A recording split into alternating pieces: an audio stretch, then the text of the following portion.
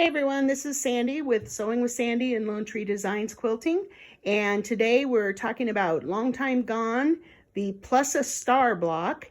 And this block is actually pretty straightforward, 2.5-inch squares, and it's just a matter of the tessellation, which is how those blocks interact with one another, that can make it a little more complicated. So if you look at the pattern, you can see that I kind of planned out a little bit according to the values in the black and white photo, and put my darkest block here and on my star points, which was my red, and then just kind of filled in some darks, mediums, lights as it shows here. And I've got my block all laid out. You can see that because there's a lot of seams in this row, this isn't lining up exactly right, but you get the idea. And you can see here that I've got everything pretty well where I want it. I took 2 or 3 different photos of what I had. Then I looked at the photo and moved a couple things around, and now I'm pleased with where everything is at. So the construction of this block is a little bit different. You're going to want to make your half square triangles. So I've got those made here, and just follow the instructions in the pattern on how to do that. Square them up if you need to after they're pressed, because it's very important that they are the right size to fit in with the rest of your squares. And then this block is going to be constructed in rows from top to bottom.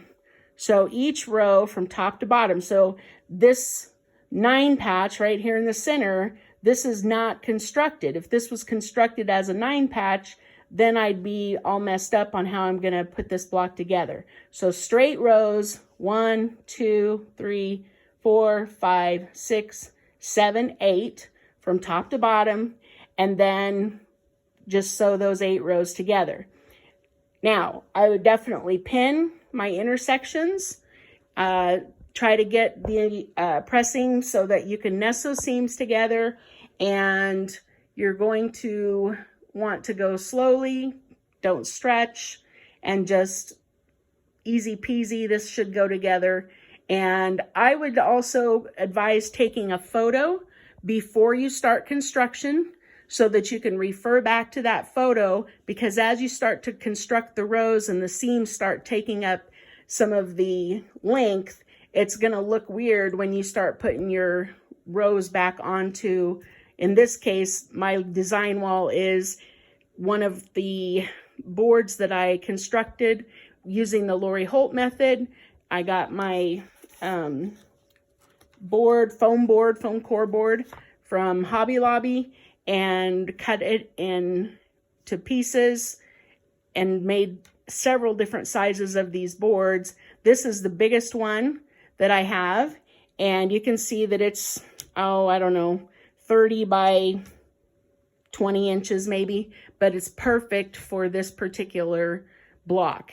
Now, if you don't have this and you have a design wall, that picture is going to become even more important, because you know how things can flip when you start to get them off the design wall and bring them to the sewing machine.